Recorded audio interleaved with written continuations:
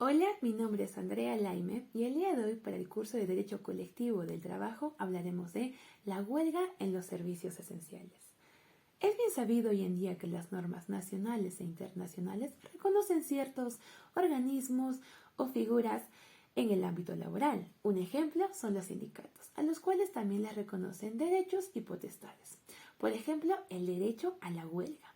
Según Lugáz, la huelga puede dividirse en dos sistemas doctrinarios. En primer lugar, tenemos el sistema estático, el cual puede definir a la huelga como toda cesación continua y total de los servicios que pueden dar los trabajadores, con lo cual buscan procurar y defender un objetivo profesional. Por otro lado, tenemos el sistema dinámico, el cual define a la huelga como todas aquellas alteraciones que ven al servicio habitual y con lo cual los trabajadores lo que buscan es satisfacer ciertas necesidades que consideren relevantes para ellos mismos. Ahora bien, tenemos que considerar que en nuestro sistema normativo nacional, según la Ley de Relaciones Colectivas de Trabajo, en el artículo 72, menciona la huelga como toda suspensión colectiva de trabajo mayoritariamente acordado de manera pacífica y voluntaria por los trabajadores, que además lo que va a producir es el abandono del centro de trabajo. Entonces tenemos un sistema estático. Entonces, también tenemos que mencionar que la Constitución reconoce este derecho a la huelga en su artículo 28 y que además en su inciso 3 menciona que este derecho debe ejercerse siempre y cuando tenga armonía con el interés social. Ahora bien, queda preguntarnos, ¿el derecho a la huelga es un derecho absoluto?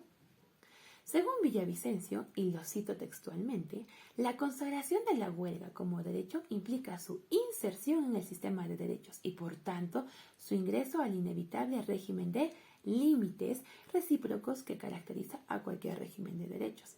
Entonces, el derecho a la huelga sí tiene ciertas limitaciones. Un ejemplo son los servicios esenciales. Al respecto, la Ley de Relaciones Colectivas de Trabajo, en su artículo 82, menciona lo siguiente. Cuando la huelga afecte a los servicios públicos esenciales o se requiera garantizar el cumplimiento de actividades indispensables, los trabajadores en conflicto deben garantizar la permanencia del personal para impedir su interrupción total y asegurar la continuidad de los servicios. Pero tenemos que entender, ¿qué es un servicio esencial? Según Villavicencio, tenemos que considerar que un servicio esencial no será aquel que necesariamente es prestado por el Estado o es brindado por una empresa pública o por una entidad pública, sino será aquella que al ser suspendida podrá afectar de manera directa a ciertos derechos fundamentales, tales como el derecho a la vida, el derecho a la salud o el derecho a la seguridad, que tienen prevalencia sobre otros intereses jurídicamente tutelados. Por todo eso tenemos que entender que no todo servicio público será un servicio esencial, ni todo servicio esencial será público.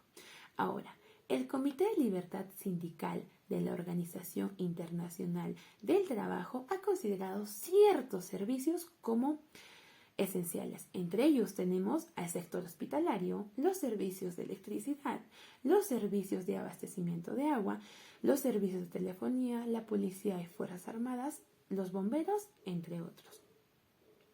Entonces, debemos entender que cuando exista una huelga, estos organismos lo que deben de buscar es que sí pueden ejercer su derecho a la huelga, pero tiene que procurar que exista cierta cantidad de personal que aún pueda brindar este servicio para que así no se puedan afectar ciertos derechos que son fundamentales, como el derecho a la vida, el derecho a la seguridad y el derecho a la salud.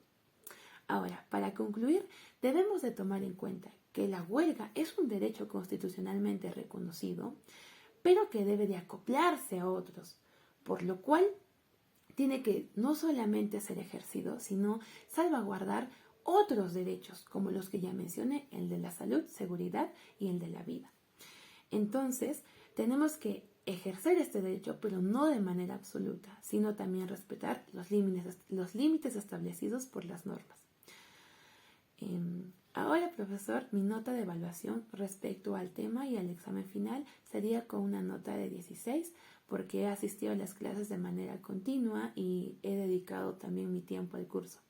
Espero que tenga un buen fin de año y agradecerle sobre todo por las bonitas clases que nos ha brindado y todo el conocimiento que hemos podido adquirir.